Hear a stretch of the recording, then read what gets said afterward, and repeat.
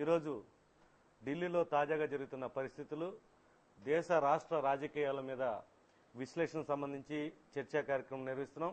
ఈ చర్చలో ప్రముఖ న్యాయవాది మధురి శివసుబ్బారావు గారు, అదేవిధంగా డాక్టర్ అగస్రాజు శ్రీనివాసరావు గారు, ఆయన కూడా జాయిన్ కాబోతున్నారు. ప్రముఖ వైద్యులు బుడ్డిగ శ్రీనివాస్ గారు, హితకారిణి సమాజం అధ్యక్షులు, పెద్దాడ నవీన్ గారు, సీనియర్ జర్నలిస్ట్, ఈ నలుగురు కూడా ఈ చర్చలో పాల్గొంటున్నారు. వీరు మా ఆహ్వానాన్ని మన్నించి ఇక్కడికి విచ్చేసినందుకు సాదరంగా స్వాగతం పలుకుతూ, ముందుగా సుబ్బారావు గారి దగ్గర నుంచి వద్దాం.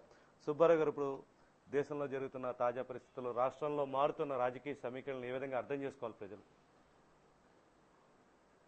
రాజకీయ సమీకరణలు అని అంటే ప్రజలు ఆల్రెడీ గుర్తించారు, అందరూ సెల్ఫిష్ పీపుల్ అందరూ చేరారు అని.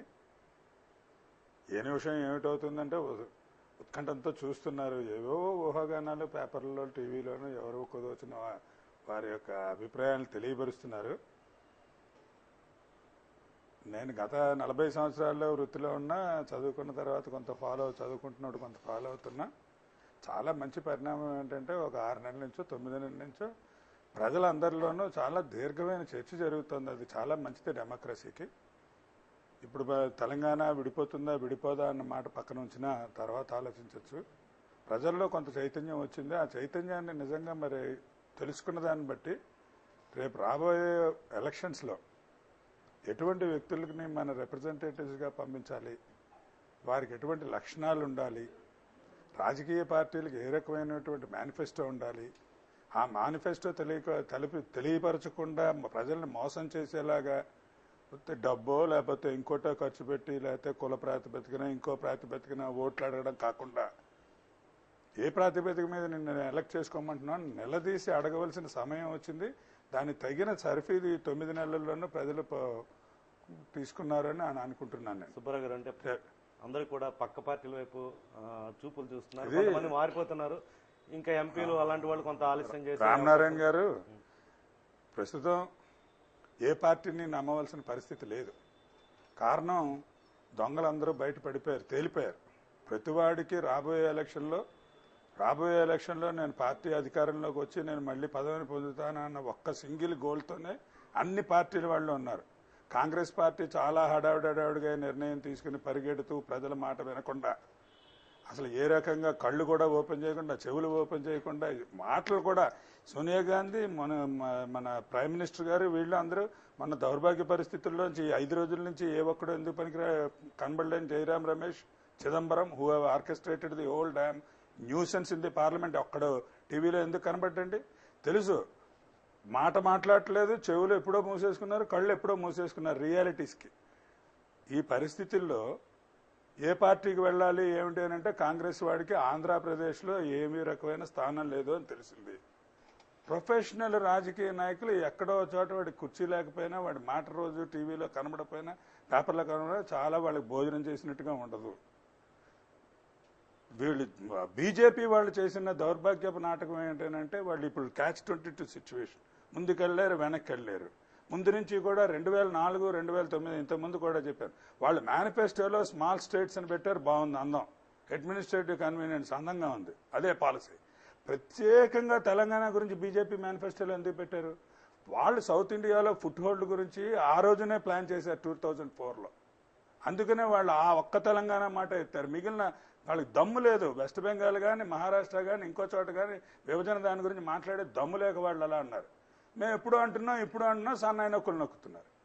సరే, తెలుగుదేశం గురించి చెప్పక్కర్లేదు, 2 కళ్ళ సిద్ధాంతం ఇప్పుడు మొత్తం 2 కళ్ళు పోయి తమిళనాడు, మహారాష్ట్రలో కూడా డిమాండ్స్ అన్ని చోట్ల ఉన్నాయి.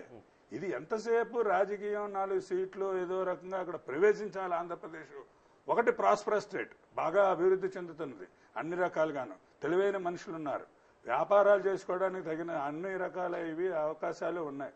అలాంటి స్టేట్లో ఏదో రకంగా రాజకీయ ప్రాబల్యం పొందడానికని వేసుకున్న ఎత్తుగడ. దొంగ మాకు చాలా కావలసిన మిత్రుడు, పెద్ద నాయకుడికి ఒక మెసేజ్ పంపించాను. ఇది దొంగ కలిపి ఊరిని దోచుకోవడం, అన్ని పొలిటికల్ పార్టీలు కలిపి. ఆ ఊరిని ఎలా దోచుకుంటున్నారయ్యా? ఇటు సీమాంధ్రలోనూ అటు తెలంగాణలో కూడా దోచుకోవాలని ప్రయత్నం ఇది. ఇలాంటి పరిస్థితుల్లో ఏ పార్టీలో ఉంటే ప్రజలు చెప్పు దెబ్బ కొడతారు అన్నది తెలియక అగమ్య గోచరంలో వాళ్ళు తీసుకున్న గోతులో రాజకీయ నాయకులు ఉన్నారు. కానీ కొద్దిమంది, నేను ఏదో నా మిత్రుడు అని, ఇంకో రకమైన పరిచయం ఉన్నానే అన్నాం, ముందులోనే తెగించి ప్రజల యొక్క మనోభావాలను వ్యక్తం చేసినప్పుడు నాకు నా మినిస్టర్సో లేకపోతే నా అధిష్టానం వాళ్ళు నన్ను మిస్లీడ్ చేశారు అని చెప్పి ధైర్యంగా వచ్చిన ఉండవెల్లి అరుణ్ కుమార్ అలాంటి వాళ్ళ వ్యక్తులకి రేపు స్థానం లేదు. ఎందుకంటే వాళ్ళు రాజకీయ నాయకులో లేకపోతే రాజకీయంగా ఏవైనా కబుర్లు చెప్పగలరేమో కానీ ప్రజల్ని వాళ్ళతో పాటు 7 లక్షల ఓటర్లను తీసుకెళ్లగలిసిన సంపద వాళ్ళ దగ్గర లేదు. అన్ని రకాలకి కావలసినటువంటి వాళ్ళకి మంది మార్బలం ఉంటాం అటువంటివి లేవు వాళ్ళకి. ఆ రకమైన రాజకీయ నాయకులు ఏదో వెనకాల ఉండి సలహా ఇవ్వడం, ఆ సలహాని పాటించే యువకులు అనండి లేకపోతే కొత్త మొహాలు అవనండి, వాళ్ళు ఇలాంటి మంచి వాళ్ళు చెప్పే సలహాని పాటించే వ్యక్తులు వస్తారా క్యాండిడేట్లుగా? లేదు. ఏదో డబ్బులెట్టి కొనుక్కున్నామో లేకపోతే ఇంకో ఇన్ఫ్లుయెన్స్ చేసుకున్న క్యాండిడేట్లు వచ్చి మనకు గచ్చిన తరం లేక ఓట్లు వేసి ఎవడో ఒక దుర్మార్గుని పైకి పంపిస్తామో తెలియదు. మళ్ళీ మీ దగ్గరికి వద్దామండి. శ్రీనివాస్ గారు మీరు చెప్పండి, ఇప్పుడు బిల్లు ఆమోదం పొందుతుందని భావిస్తున్నారా? ఇప్పుడున్న పరిస్థితుల్లో ఇంకా బిల్లుని అడ్డుకునే అవకాశం ఉందంటారా? బిల్లుని ఆంధ్రప్రదేశ్ నుంచి ప్రాతినిధ్యం వహిస్తున్నటువంటి ఏ రాజకీయ నాయకుడు కూడా అడ్డుకునే పరిస్థితి లేదండి నా ఒపీనియన్లో. ఇది పూర్తిగా జాతీయ పార్టీలైనటువంటి కాంగ్రెస్ అటు బీజేపీ చేతుల్లో ఉంది. ఈ రేపు ఉదయానికల్లా ఈ రెండు పార్టీల యొక్క ఆలోచన విధానాన్ని బట్టి పార్లమెంట్లో బిల్లు పాస్ అవ్వటం పాస్ అవ్వకపోవటం అనేది ఆధారపడి ఉంటుంది. అంటే ఒకవైపు బీజేపీ బిల్లు అసలు ప్రవేశపెట్టలేదంటే కాంగ్రెస్ ప్రవేశపెట్టామని చెప్పింది. ఇరు పార్టీలకు సంబంధించిన ఎంపీలు కూడా ఒకే పార్టీకి సంబంధించిన వాళ్ళు ఇటు తెలుగుదేశమైనా అటు కాంగ్రెస్ అయినా అక్కడ లోపల ఘర్షణపూరిత వాతావరణం అంతా కూడా చూశారు మనం. ఇప్పుడు తాజాగా ఢిల్లీ ముట్టడికి కూడా పెద్ద ఎత్తున ఎన్జీఓలు కానీ వైఎస్ఆర్ సిపి వాళ్ళు కానీ తెలుగుదేశం వాళ్ళకి అందరూ బయలుదేరారు. ఏదైనా ఉపయోగం ఉందంటారా? రేపు ముట్టడి ప్రయత్నం అంతవరకు ఫలించే అవకాశం ఉంది? ఆఖరణ ఈ ట్రాప్లో పడినటువంటి పార్టీ బీజేపీ నా ఒపీనియన్లో. వాళ్ళు ఏంటంటే మొట్టమొదటి అసలు బీజం వేసిందే ఈ రాష్ట్ర విభజనకి బీజేపీ 2000 సంవత్సరంలోనే. ఒక ఓటు 2 రాష్ట్రాలు అన్న నినాదంతో ఏదో రకంగా సుబ్బారావు గారు చెప్పినట్లుగా ఇక్కడ రాజకీయంగా వేళ్లూనుకోవాలన్న ఆలోచనతో ఒక ప్రాంతీయవాదాన్ని తెర మీద తీసుకొచ్చి ప్రజల్ని ఆకర్షించడానికి ప్రయత్నం చేసిన పార్టీ బీజేపీ పార్టీ. అయితే నిన్నటిదాకా బీజేపీ మేము అరగంటలో ఇస్తాము, ఒకవేళ కాంగ్రెస్ ఇవ్వకపోతే మేము అధికారంలోకి వస్తే అరగంటలో ఇస్తాం, లేదు పార్లమెంట్లో ప్రవేశపెడితే వెంటనే మేము మద్దతు తెలియజేసి రాష్ట్రాన్ని విభజించడానికి కావాల్సినటువంటి సహకారం అందిస్తామని చెప్పినటువంటి పార్టీ కూడా ఇవాళ కొంత ఈ గ్యాప్లో సీమాంధ్రలో కూడా బీజేపీ పార్టీ కొంత నరేంద్ర మోడీ గారి నాయకత్వం మీద దేశవ్యాప్తంగా కొంత నేషనల్ మీడియాలో బీజేపీ రూలింగ్లోకి రాబోతున్నది, యూపీఏ గవర్నమెంట్ని కాదని ఎన్డీఏ ప్రభుత్వం మళ్ళా రూలింగ్లో రాబోతుందన్న ఒక సానుకూలమైనటువంటి వాతావరణం ఏర్పడినటువంటి నేపథ్యంలో సీమాంధ్ర ప్రాంతంలో కూడా కొంత బీజేపీ పుంజుకుంటుంది అన్న ఒక ఆలోచన కలిగిన తర్వాత ఇక్కడ ఉన్నటువంటి స్థానిక బీజేపీ నాయకులు కూడా ఇక్కడ స్థానిక ప్రజల యొక్క ఆలోచనకు అనుగుణంగా వీళ్ళు కూడా స్పందించడం మొదలుపెట్టి బీజేపీ కూడా వాళ్ళ నెట్ట నిలువున చీలిపోయి ప్రాంతాల వారీగా చీలిపోయి మాట్లాడే పరిస్థితి రావడంలో వాళ్ళ జాతీయ నాయకత్వం కూడా కొంత గందరగోళంలో పడి రాజ్నాథ్ సింగ్ గారు ఒక మాట అంటే సుష్మా స్వరాజ్ ఒక మాట, అరుణ్ జైట్లీ గారు ఒక మాట మళ్ళా కోఆర్డినేట్ చేసుకుని లేదు మేము తెలంగాణకే కట్టుబడి ఉన్నాం కానీ సీమాంధ్ర సమస్యలను పరిష్కరించాలి. ఇది చాలా చైల్డిష్గా ఉంది. పరిష్కరించాలని వాళ్ళ ఒక జాతీయ పార్టీ అసలు సీమాంధ్రలో ఉన్నటువంటి ఇష్యూస్ ఏంటి, సీమాంధ్రలో ఉన్నటువంటి ప్రజలందరూ ఏం కోరుకుంటున్నారు అనేది వాళ్ళు ఒక అవగాహనతో ఒక చార్టర్ ఆఫ్ డిమాండ్స్ క్లారిటీగా ఈ రోజున చెప్పడం కాదు, ఇంకో 2-3 రోజుల్లో పార్లమెంట్ సెషన్స్ కంప్లీట్ అవుతున్నాయి అన్నటువంటి నేపథ్యంలో ఇవాళ వీటిని తెర మీదకి తీసుకురావడం కరెక్ట్ కాదు. అంటే సీమాంధ్రలో అంత ఆత్మహత్య చేసుకునేంత పరిస్థితి కాంగ్రెస్ పార్టీ కిందకు వచ్చింది. అందులో నాయకులు ఎమ్మెల్యేని పరిస్థితి, కార్యకర్తలు రోడ్డు మీదకి రాలేని పరిస్థితి, ఇదంతా కూడా అధిష్టానానికి తెలియదని భావిస్తున్నారా? ఇప్పుడు పునర్నిర్మాణం ఏ విధంగా చేసుకునే అవకాశం ఉంది? ఏ విధంగా ప్రజలను నమ్మించడానికి మళ్ళీ కొత్త నాయకత్వం పుట్టాలంటారా, లేకపోతే పాత వాళ్ళు కొత్త ముసుగులు వేసుకు రావాల్సిన పరిస్థితి కనిపిస్తున్నారు? ఇది 2 స్టేజెస్లో కాంగ్రెస్ పార్టీ డ్యామేజ్ అయిందండి నా ఒపీనియన్లో. ఇప్పుడు నేను కాంగ్రెస్ పార్టీ సానుభూతిపరుణ్ణి, కాంగ్రెస్ పార్టీకి క్రియాశీల కార్యకర్తనే రాజకీయంగా వచ్చేటప్పటికి. నేను ఖచ్చితంగా ముందు నుంచి కూడా అన్ని రాజకీయ పార్టీలు రాష్ట్ర విభజనకు అనుకూలం అని చెప్పేసి స్పష్టమైనటువంటి అభిప్రాయాన్ని తెలియజేసిన తర్వాత మాత్రమే కాంగ్రెస్ తన అభిప్రాయాన్ని చెప్పింది. మొట్టమొదటే కాంగ్రెస్ విభజన గురించి మాట్లాడలేదు ఎక్కడ కూడా. అన్ని పార్టీలు అనేక సందర్భాల్లో చెప్పడం రాష్ట్ర విభజనకు అనుకూలంగా అని చెప్పిన తర్వాత కాంగ్రెస్ పార్టీ తన అభిప్రాయాన్ని చివరగా చెప్పడం జరిగింది. అయితే మొట్టమొదటి నుంచి కూడా సీమాంధ్ర ప్రాంతంలో ఉన్నటువంటి కాంగ్రెస్ వాదులందరూ కూడా కాంగ్రెస్ పార్టీ ప్రజాప్రతినిధులు మాత్రం ఖచ్చితంగా దీన్ని వ్యతిరేకిస్తూనే వచ్చారు. అయితే ఈ కాంగ్రెస్ పార్టీ 10 సంవత్సరాలు అధికారంలో ఉండడం కొంత వ్యతిరేక పవనాలు, రాష్ట్రంలో ఉన్నటువంటి ప్రత్యేకమైనటువంటి రాజకీయ పరిస్థితుల నేపథ్యంలో కొంత నిరుత్సాహమైనటువంటి వాతావరణం లోనవుతున్న పరిస్థితుల్లో ఈ విభజన అంశం తెర మీదకు వచ్చి ఊహించింది ఒకటి, ఆశించింది ఒకటి, ప్రజల రియాక్షన్ వేరే రకంగా ఉండడంతో ముందు అందరూ కూడా సీమాంధ్ర ప్రజాప్రతినిధులు కూడా రాష్ట్ర విభజన కొన్ని కండిషనల్గా చేస్తే మేము ప్రజలను ఒప్పించగలం అని చెప్పినటువంటి వాళ్ళే. ఈ రోజున ఉండవల్లి అరుణ్ కుమార్ గారు కూడా రాష్ట్ర విభజన వద్దని ఎక్కడ చెప్పలా. ఆయన సుబ్రహ్మణ్య మైదానంలో మీటింగ్ పెట్టినా కూడా మేము దొంగలు, లేకపోతే మీ ప్రాంతాన్ని దోపిడీ చేసి సీమాంధ్ర ప్రాంతం అంతా కూడా అభివృద్ధి చెందింది అని ఏదైతే సీమాంధ్ర ప్రాంతాన్ని నిందించి మాట్లాడుతున్నారో దాన్ని ఆయన ఖండించారు, విభేదించారు. అది మీరు నిరూపిస్తే మేము అంగీకరిస్తాం రాష్ట్ర విభజనకి, కాదు అంటే మీరు తప్పని క్షమాపణ చెప్పండి అనే చెప్పడం జరిగింది. కానీ ఆయన కూడా ఎప్పుడు విభజన గురించి ఈ కారణంగా విభజన జరగడం మాత్రం కరెక్ట్ కాదని వాదించడం. ఇక్కడ స్థానికంగా ఉన్నటువంటి హర్ష్ కుమార్ గారు లాంటి వారైతే ముందు ఆయన విభజనకి అనుకూలంగానే, ఆయన అధిష్టానానికి అనుకూలంగా మాట్లాడినటువంటి వ్యక్తులు. ఇవన్నీ ఈ నేపథ్యంలో ఒక రకంగా చెప్పాలంటే ఆ స్టేజ్లో కాంగ్రెస్ పార్టీలో అధికారం అనుభవించినటువంటి 10 సంవత్సరాల అధికారంలో ఉన్నటువంటి నాయకులు అందరూ కలిసి చేసినటువంటి గందరగోళంలో ఒక రకంగా కాంగ్రెస్ పార్టీ కొంత అంటే అన్ని పార్టీలు కూడా విభజనకు సంబంధించి సహేతుకంగా లేవు. సెకండ్ వెర్షన్ ప్రజల నుంచి వచ్చిన రెవల్యూషన్తో సహేతుకంగా లేదు, సమన్యాయం చేయటం లేదనే వాదన తీసుకొచ్చే తర్వాత ఇంక్లూడింగ్ మీ పార్టీలో సీమాంధ్ర ప్రజాప్రతినిధులను కూడా అంటే ఒకవేళ తప్పనిసరి పరిస్థితుల్లో రాష్ట్ర విభజన జరిగితే కనుక మీరు ఏ అంశాలు ఏ విధంగా విభజిస్తారు ముందు చెప్పండి. సీమాంధ్ర రాజధాని ఎక్కడ పెడతారు, విద్యా అవకాశాలు ఎలా కల్పిస్తారు, వైద్య సౌకర్యాలు ఎలా కల్పిస్తారు, మొత్తం ఇవన్నీ అడగడం జరిగింది. దేన్ని కూడా అడ్రస్ చేయకుండా కాంగ్రెస్ ఇరు ప్రాంతాల నాయకుల్ని కూర్చోబెట్టి మాట్లాడకుండా ఈ విధంగా చేయడం అంతవరకు కరెక్ట్? అది నేను ఇందాక 2 స్టేజెస్ అని చెప్పిందండి. ఈ ఫస్ట్ స్టేజ్లో 10 సంవత్సరాలు కాంగ్రెస్ పార్టీ ద్వారా పదవులు అనుభవించినటువంటి వ్యక్తులు కాంగ్రెస్ పార్టీని డ్యామేజ్ చేశారండి. ఒక రకంగా కాంగ్రెస్ పార్టీ అప్పటికి ప్రజల్లో ఒక రకంగా కాంగ్రెస్ పార్టీ మీద అంత తీవ్రమైనటువంటి వ్యతిరేకత లేదు. కాంగ్రెస్ పార్టీని ఒక రకంగా ఎక్స్పోజ్ చేసింది ఈ పార్టీని అడ్డం పెట్టుకుని పదవులు అనుభవించి పదవుల్లో ఉన్నటువంటి వ్యక్తులే కాంగ్రెస్ పార్టీని ఒక రకంగా డ్యామేజ్ చేశారు. సెకండ్ స్టేజ్లో మాలాంటి యంగ్స్టర్స్ కూడా ఎందుకు కాంగ్రెస్ పార్టీ పట్ల డిఫర్ అవ్వాల్సిన పరిస్థితి ఏర్పడిందంటే ఖచ్చితంగా మీరు అడిగినటువంటి ప్రశ్నే. మరి ఇంతమంది చాలామంది ఇప్పుడు అందరూ తప్పు చేసే పరిస్థితి సమాజంలో ఉండదు. కొంతమంది విజ్ఞత కలిగినటువంటి వాళ్ళు ఒకే విభజన ఖచ్చితంగా ఇంకా అంటే మానసికంగా ఆల్రెడీ ప్రజల మధ్య విభజన వచ్చేసింది, మనం ప్రాంతాల వారిగా విడిపోయిన తెలుగు వారిగా కలిసి ఉందామన్న ఆలోచన చేసినటువంటి పెద్దలు ఈ యొక్క అంశాలను మీరు కనుక సీమాంధ్ర ప్రాంతానికి కనుక మనం ఇవ్వగలిగితే సీమాంధ్ర ప్రజలందరూ కూడా కొంత ఉపశమనం చెందే అవకాశం ఉంటుందని చెప్పినటువంటి మాటలు. ఉదాహరణకు పోలవరం బ్యారేజీ ముందు నుంచి మరి చెప్తున్నటువంటి అంశం. అలాగే ఆ ముంపు ప్రాంతాలన్నింటినీ తీసుకెళ్లి తెలంగాణ ప్రాంతంలో పెట్టడం జరిగింది మొట్టమొదట జీవోఎంలో.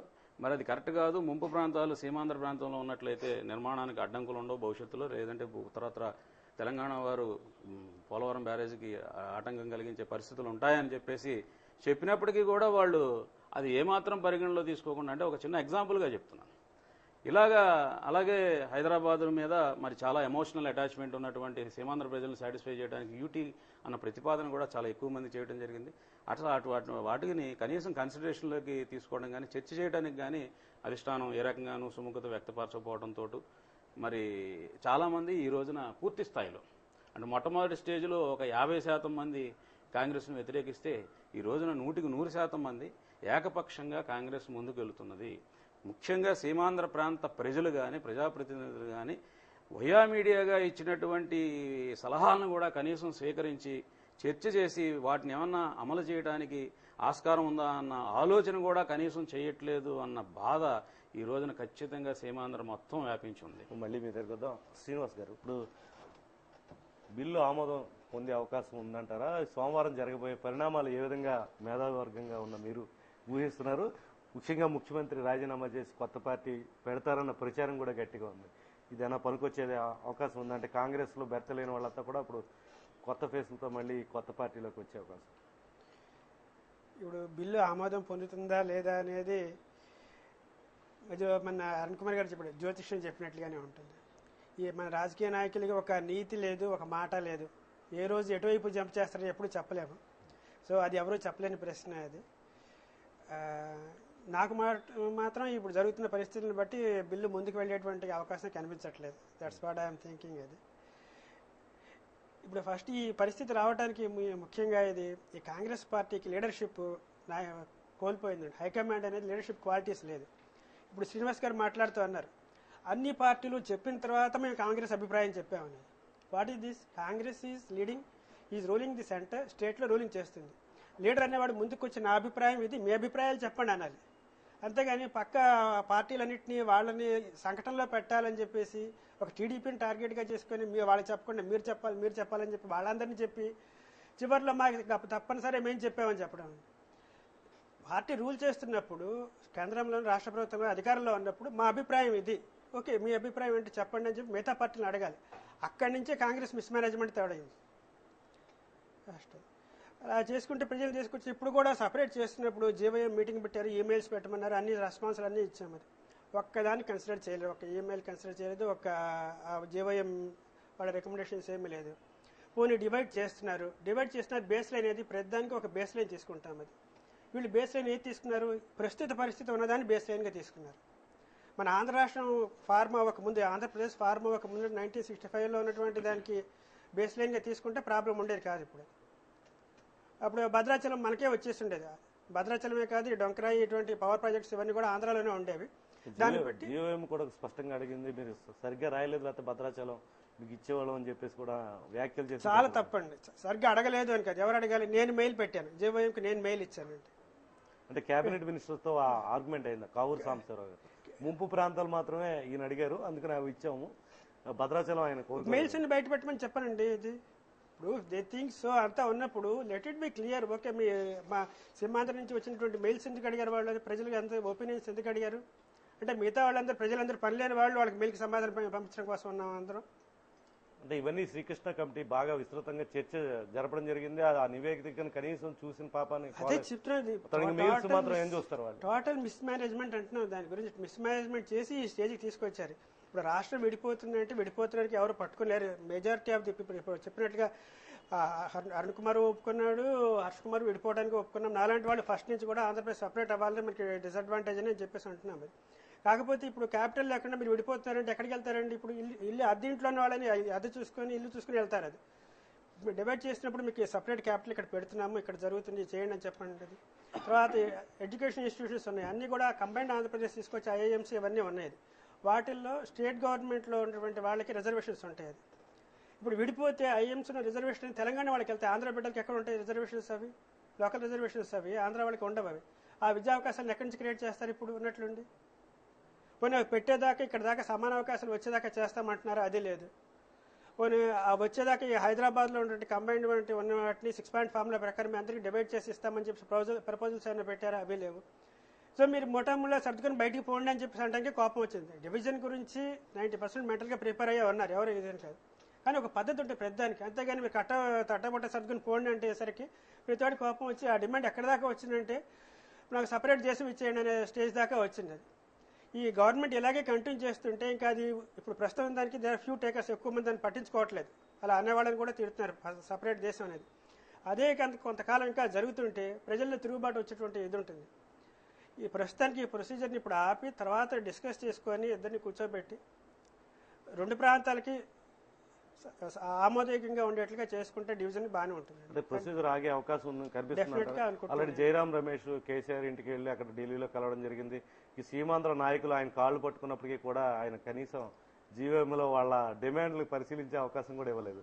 ఆయన డైరెక్ట్ గా అక్కడికి వెళ్ళి కూర్చుని మాట్లాడితే తెలంగాణ నాయకులు ఏం కోరితే అది వరాలు కురిపిస్తున్న నేపథ్యంలో ఏ విధంగా బిల్లు అవుతుంది అనుకుంటున్నారు?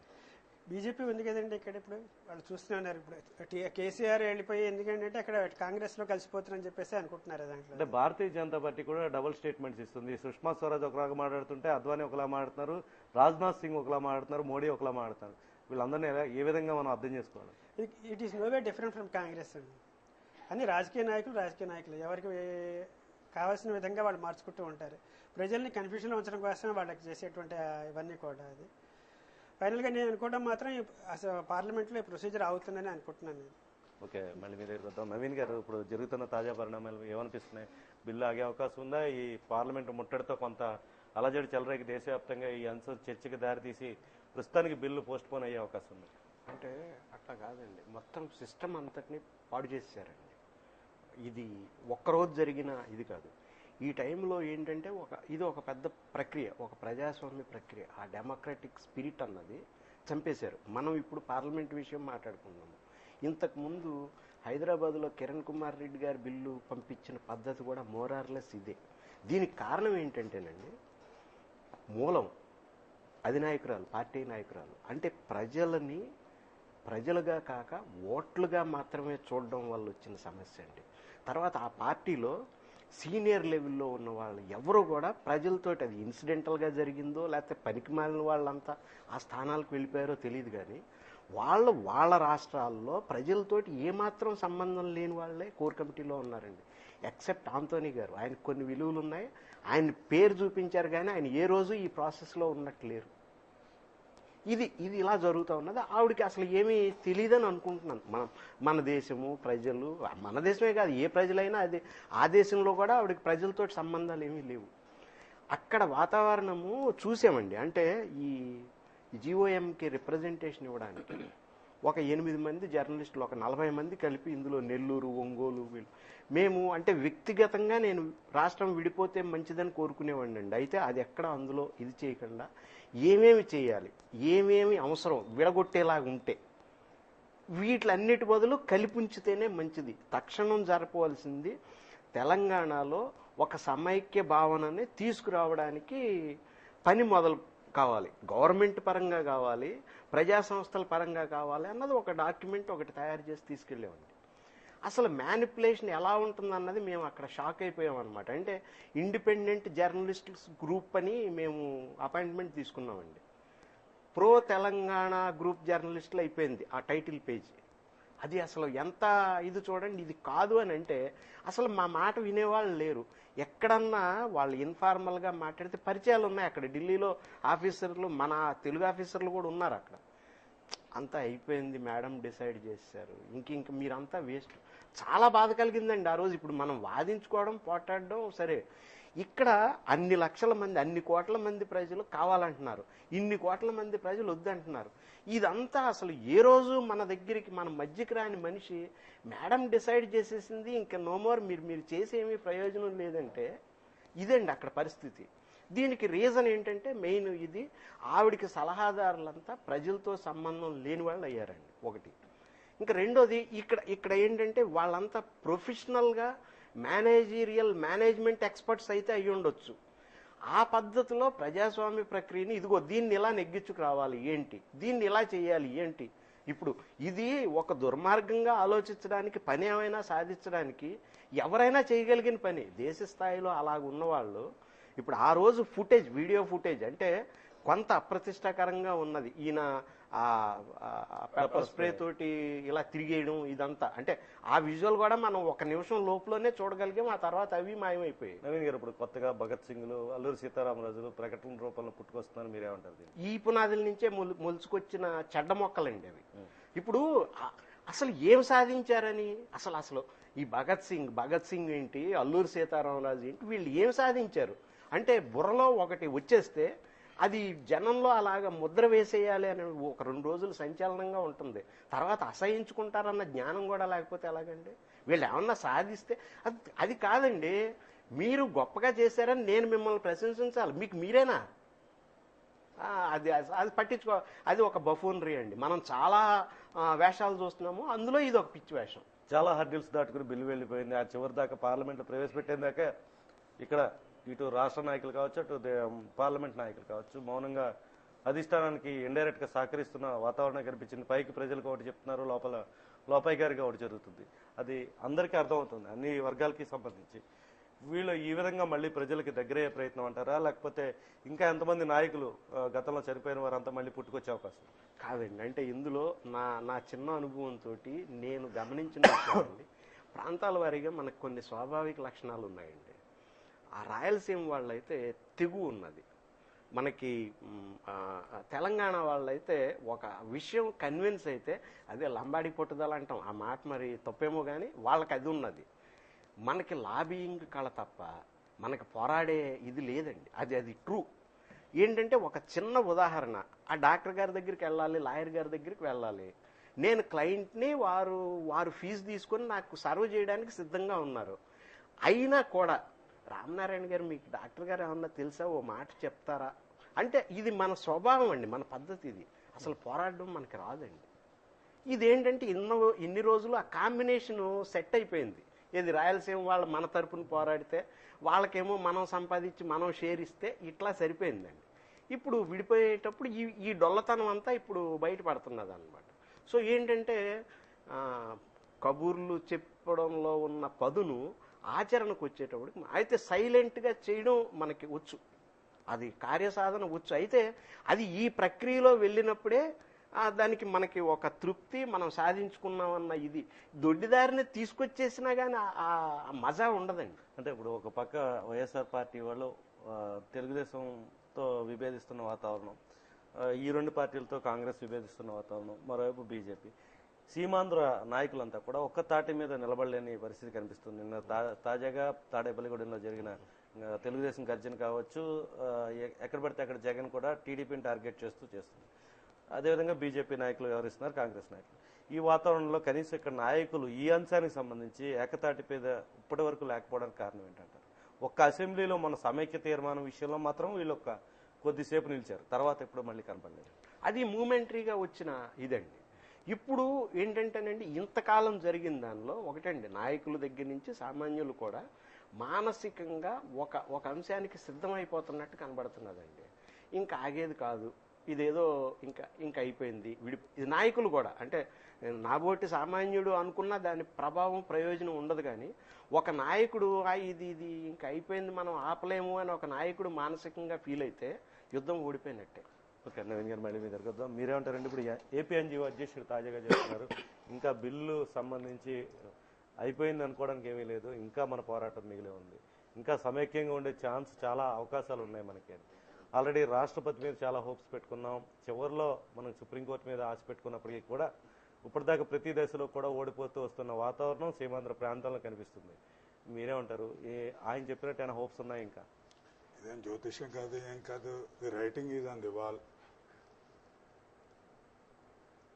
ఇది genocide of human psychology of large group of people, mass murder. ఇంకో రకంగా చెప్పాలంటే mass rape. The villains have taken a decision even before 9th December 2009. వెళ్ళాలి, ఆ గ్రూప్ని అటాక్ చేయాలి, చంపినా సరే మనం సాధించుకోవాల్సింది. సినిమాల్లో చూస్తూ ఉంటాం, నాకు అది ఇప్పుడు పరిస్థితి చూస్తే అది అనిపిస్తుంది. ఈ డెసిషన్ ఇవాళ తీసుకోవడం కాదు, December 9th, 2009కి ముందు తీసుకున్నారు. మిగిలినదంతా కూడా డ్రామా. ఇప్పటి వరకు జరుగుతుంది, రేపు జరగబోయేది కూడా డ్రామా. ఏదో రోజున వాళ్ళు అనుకున్న మర్డర్ కంప్లీట్ చేస్తారు. ప్రస్తుతం తీసుకున్న స్టెప్స్ ఏంటంటే, ఎల్లుండి సుప్రీంకోర్టులో ఈ మాస్ మర్డరర్స్ని ట్రయల్ జరిగితే ఎక్విటల్ కావాలి వాళ్ళకి. వాళ్ళు మళ్ళీ శిక్ష పడకుండా బయట తప్పించుకోవడానికి ఏం చేయాలని కవరప్ యాక్షన్స్ ఇప్పుడు చేస్తున్నారు.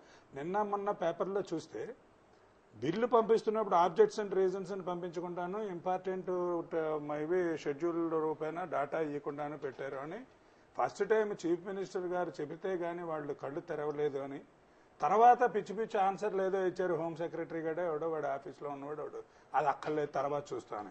నేను నిన్నే ఫ్రెండ్ ద్వారా తెలుసుకున్నాను నేను, because it is not published. ప్రవేశపెట్టిన బిల్లులో ఆబ్జెక్ట్స్ అండ్ రీజన్స్ ఏమిటి రాశారు? రీజనబుల్నెస్ ఏమైనా ఉందా? ఇది స్వయం పరిపాలన గురించి డిమాండ్కి సంబంధించి దాన్ని అంగీకరిస్తూ ఇస్తున్నారు ఈ యాక్టు.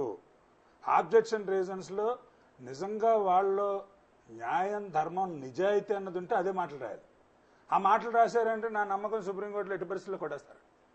స్వయం పరిపాలన అనే డిమాండ్తో పాటు డివిజన్ చేయొచ్చు అన్నది కానీ ఒక సెంట్రల్ గవర్నమెంట్ కానీ నిర్ణయించుకుంటే ఆ స్వయం పరిపాలన డిమాండ్ చాలా చోట్ల రావచ్చు. అప్పుడే బీజం పడింది, పెద్ద మహావృక్షం అవ్వచ్చు. Why South India, why should be a South Indian ruled by a North Indian fellow అనే ఫీలింగ్ కానీ వచ్చి వాళ్ళు మమ్మల్ని అప్రెస్ చేస్తున్నారు. ఎంతసేపు నేషనల్ ఛానల్స్ వాళ్ళ చేతిలో ఉన్నాయి, పార్లమెంట్ ఢిల్లీలో ఉంది, మినిస్టర్లందరూ అక్కడ వాళ్ళు హిందీ స్పీకింగ్ పీపుల్, సౌత్ ఇండియాలో 4 లాంగ్వేజ్లు మాట్లాడతారు, మేము మైనారిటీస్, మమ్మల్ని డామినేట్ చేసి వాళ్ళేమో మమ్మల్ని రూల్ చేస్తున్నారని తెలంగాణ వాళ్ళు గోల పెట్టిన పద్ధతుల్లో ప్రతి తెలుగువాడు కన్నడిగా, మలయాళీ, తమిళ్ కానీ అన్నారనుకోండి, ఎవరికి వాళ్ళు ఏమిటి జవాబు చెప్తుంది? అసలు ప్రభుత్వాలు, కాంగ్రెస్ కానీ బీజేపీ కానీ ఇంకోటి కానీ అడ్మినిస్ట్రేటివ్ కన్వీనియన్స్. ఎస్, ఇక్కడి నుంచి ఒక భేదవాడు శ్రీకాకుళం ఇచ్చాపురం నుంచో లేకపోతే కేరళ చివరి నుంచి కన్యాకుమారి నుంచి సుప్రీంకోర్టుకు వెళ్ళాలంటే కొన్ని వేల రూపాయలు ఖర్చు పెట్టుకుని చెమటోడిచి కష్టపడి ట్రైన్లో ట్రావెల్ చేయాలా? సెంట్రల్ అడ్మినిస్ట్రేషన్ సుప్రీంకోర్టుకి లేదు, గవర్నమెంట్కి లేదా? పేదవాడి ఇంటికి దగ్గరికి వెళ్ళి న్యాయం మనం అమలు చేయాలి అని అన్నప్పుడు వాడు ఇక్కడికి వచ్చి కోర్టులు పెట్టద్దండి. ఇక్కడ దీనికి ఒక రకమైన న్యాయం, అక్కడ అడ్మినిస్ట్రేషన్ ఆఫ్ జస్టిస్ అందరికీ అందాలి అన్నది కన్వీనియన్స్ ఉండదా? వీళ్ళు ద్వంద్వం రాజకీయం నిర్ణయించేశారు, ఇప్పుడు కాదు, పార్టీ మేనిఫెస్టోల్లో పెట్టారు. అందుకని మన అమాయకుల్లో డిస్కషన్ అనవసరం. ఇప్పుడు వారు నన్ను తప్పుపట్టకూడదు, నాకు చాలా ద్వంద్వం, నాకు మధ్య మధ్యలో ఉద్రేకంలో వచ్చి మాట్లాడుతున్నానేమో అనిపిస్తుంది. మానసికంగా నేను మట్టుకు ఇండివిజువల్గా విడిపోతే పర్వాలేదండి. కానీ అండి ఏమిటి కానీ, ఏదో ఒక కన్విక్షన్ ఉండాలి నీకు. ఎందుకు విడిపోవాలని అనుకుంటున్నావు? వాడు అడిగాడు కాబట్టి విడిపోవాలి. ఎందుకు వచ్చిన రోజు తలనొప్పి అందుకని విడిపోవాలి. నువ్వు అవే కారణాలు చెప్తావా? విడిపోవడానికి ఒక సహేతువైన కారణం ఉండాలి. అందరం కలిసికట్టుగా ఉండి అభివృద్ధి చెందడానికి అవకాశం ఉన్నది నువ్వు మానసికంగా నమ్మితే వాడు అడిగినా సరే తొక్కిపెట్టేయాలి. లీడర్షిప్ అంటే ఏంటండి? లీడర్షిప్ అంటే క్యాడర్ చెప్పింది వినడం ఒక పద్ధతి. 2, లీడర్ తీసుకున్న నిర్ణయం మంచిదంటే క్యాడర్ను ఒప్పించే పద్ధతి ఉండాలి. కాంగ్రెస్ వాళ్ళు ఎందుకంటారు అన్ని పార్టీల వాళ్ళు తప్పడతారు? ఎస్, దే వెయిటెడ్ బికాజ్ పవర్లో ఉన్నారు వాళ్ళు. Largest party governing the country. మిగిలిన చోటా పార్టీలు, లోకల్ రీజనల్ పార్టీలు వాళ్ళని అడిగారు. వాళ్ళ అభిప్రాయాలు, వాళ్ళ యొక్క అవకాశాలను బట్టి వాళ్ళు ఇచ్చారు. ఏమయ్యా నువ్వు ఇచ్చినా సరే నా నిర్ణయం ఇది, దేశ సౌభాగ్యం గురించి, దేశం విచ్ఛిన్నం అవ్వకుండా ఉండాలంటే నా మట్టుకు నిర్ణయం ఇది.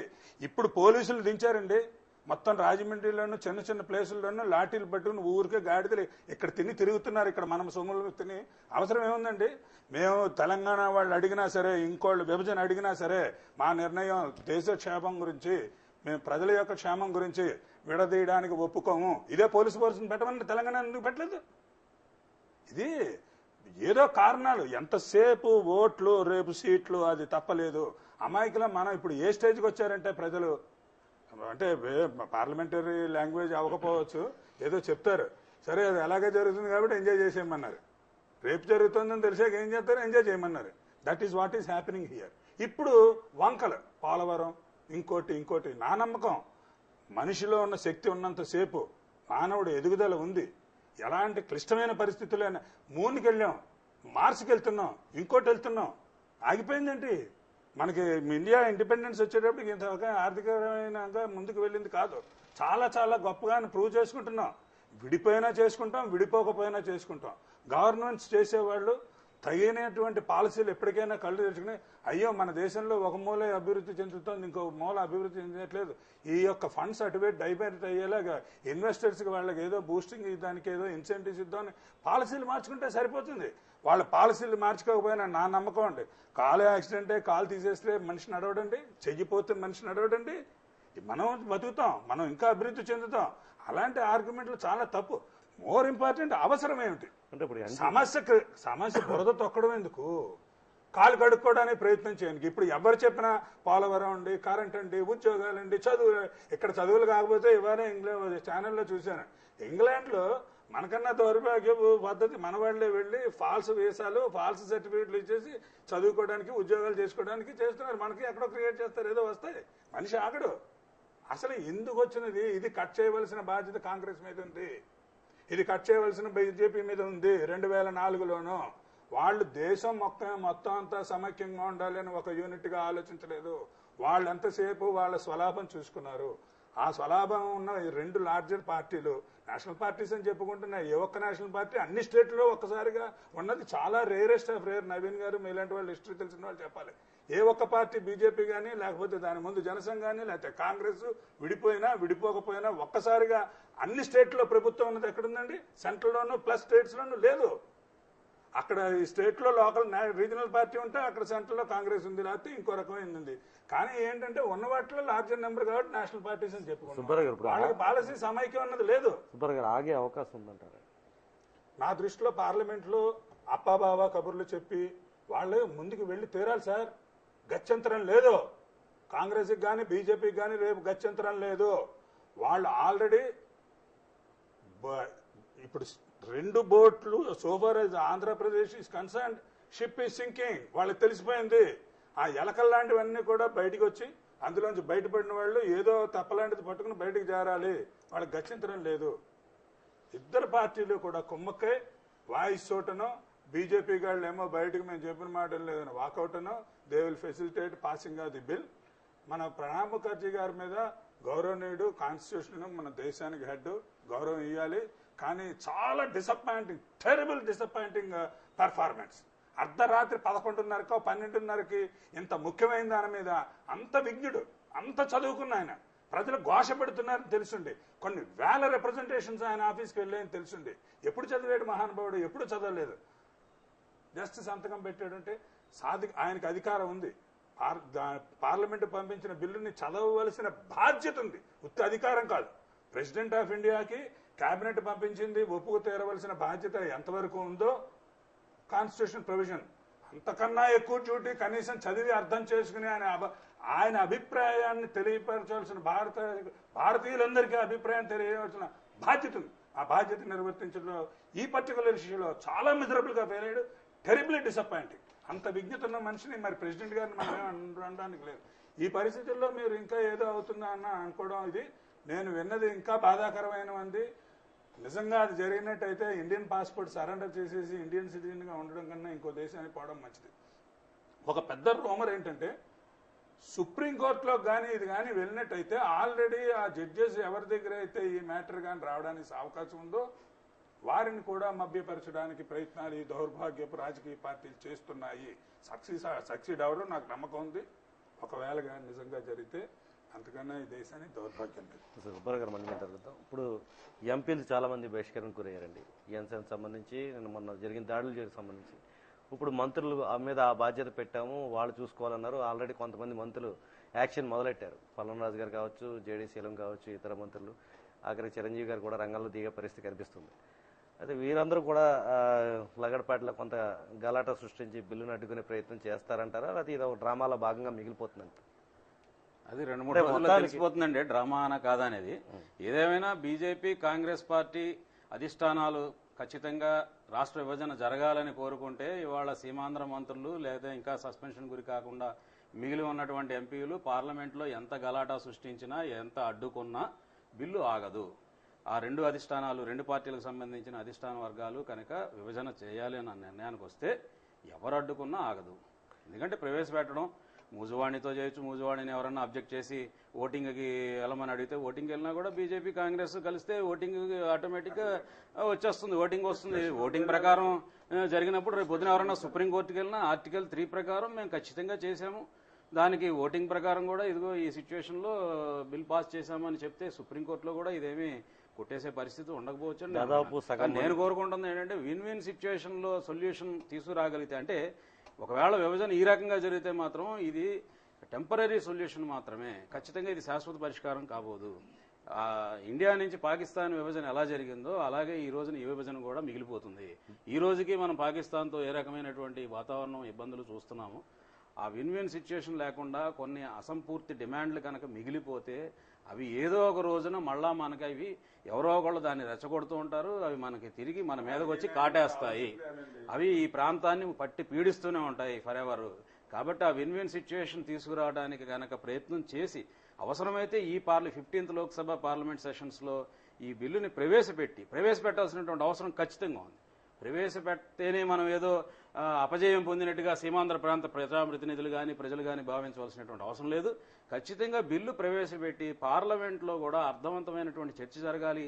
ఒకవేళ సమయం తక్కువగా ఉంటే దీన్ని పార్లమెంట్లో పెండింగ్లో పెట్టి ఏపీ స్టేట్లో మనకి ప్రెసిడెన్షియల్ రూల్ తీసుకొచ్చి పార్లమెంట్ ఎలక్షన్స్ జరిగిన తర్వాత 16th లోక్సభలో మళ్ళా దీన్ని కొనసాగించి వెంటనే దానికి ఒక టైం డ్యూరేషన్ ఇచ్చి పార్లమెంటు మళ్ళా 16th పార్లమెంట్ సెషన్ స్టార్ట్ అయినటువంటి ఒక 2 నెలల్లో దీనికి ముగింపు చెప్పాలని చెప్పి ఈ లోపల కన్సెన్సస్ పూర్తిగా స్థాయిలో మొత్తం అందరినీ కూడా కూర్చోబెట్టి అన్ని పార్టీలని, ఎందుకంటే ఒక తగువ తీర్చాలంటే అన్ని పాయింట్లు మనం ఎప్పుడు కూడా అబ్జర్వ్ చేయడం చాలా కష్టం. కాబట్టి ఆ విన్ విన్ సిచ్యువేషన్ రావడానికి మెజారిటీ పాయింట్స్ని అటు ఇటు ఆమోదయోగ్యమైనటువంటి పరిష్కారాన్ని కనుక్కోవడానికి అన్ని రాజకీయ పార్టీలు చిత్తశుద్ధితో కృషి చేయడానికి పార్లమెంట్ ఎలక్షన్స్ అయిపోతే కొంత అవకాశం ఉంటుంది. ఎందుకంటే ఓట్లు సీట్లు అన్న అంశం కొంత తక్కువగా ఉంటుంది. ఇప్పుడు ఏదో కేంద్రంలో రాహుల్ గాంధీని ప్రధానమంత్రిని చేయడానికో లేకపోతే నరేంద్ర మోడీ బీజేపీ రూలింగ్లోకి రావడానికో ఇవాళ పార్లమెంటు వేదికగా ఈ రకం ఈ విభజనని వాళ్ళ స్వార్థ ప్రయోజనాల కోసం ఆలోచిస్తున్నారు అన్న మాట నుంచి కొంత మనం ఆలోచన నుంచి ఆ పరిధి నుంచి బయటపడి మరి రాజకీయ పార్టీలు కానీ ప్రజాప్రతినిధులు కానీ ఆలోచించడానికి అవకాశం ఉంటుంది. శ్రీనివాస్ గారు, అంటే దాదాపు మీరు అన్నట్టు ఈ బిల్లు మీద నెక్స్ట్ పార్లమెంట్లో డిస్కషన్ జరిగితే దానికి అవకాశం ఇచ్చి పార్లమెంటేరియన్స్ అందరూ మనం ఇంత హడావిడిగా చేయవలసిన ఇష్యూ కాదు, చాలా మందికి సంబంధించిన సమస్య. ఇవి రెండు రకాలండి. ఇప్పుడు స్వయం పరిపాలన అని అన్న దాని మీద ఎప్పుడైతే విభజనకు ఒప్పుకున్నారో పూర్తిగా మనసుకు సంబంధించింది. నేను నా సెల్ఫ్ రెస్పెక్ట్, ఇప్పుడు మా Telugu Seemandhra self respect, Telangana self respect, ఇది ఉత్తి ఆర్థిక వనరులు పంచుకోవడం ఒక్కటే కాదు అని అన్నప్పుడు పార్లమెంటేరియన్స్ ఒప్పుకుని శ్రీనివాస్ గారు చెప్పింది 100% జరిగితే చాలా అందంగా ఉంటుంది. We have reached a point of no return. Okay అండి. శ్రీనివాస్ గారు, ఇప్పుడు 20 మంది దాదాపుగా సస్పెండ్ గురయ్యారు, ఇంకొక 22 మంది ఉంటారు, ఇంకో సగం మంది ఉంటారు. వీళ్ళని కూడా రేపు సోమవారం బహిష్కరించే వాతావరణం కనిపిస్తుంది, ఇరు ప్రాంతాలకు సంబంధించిన వాళ్ళు.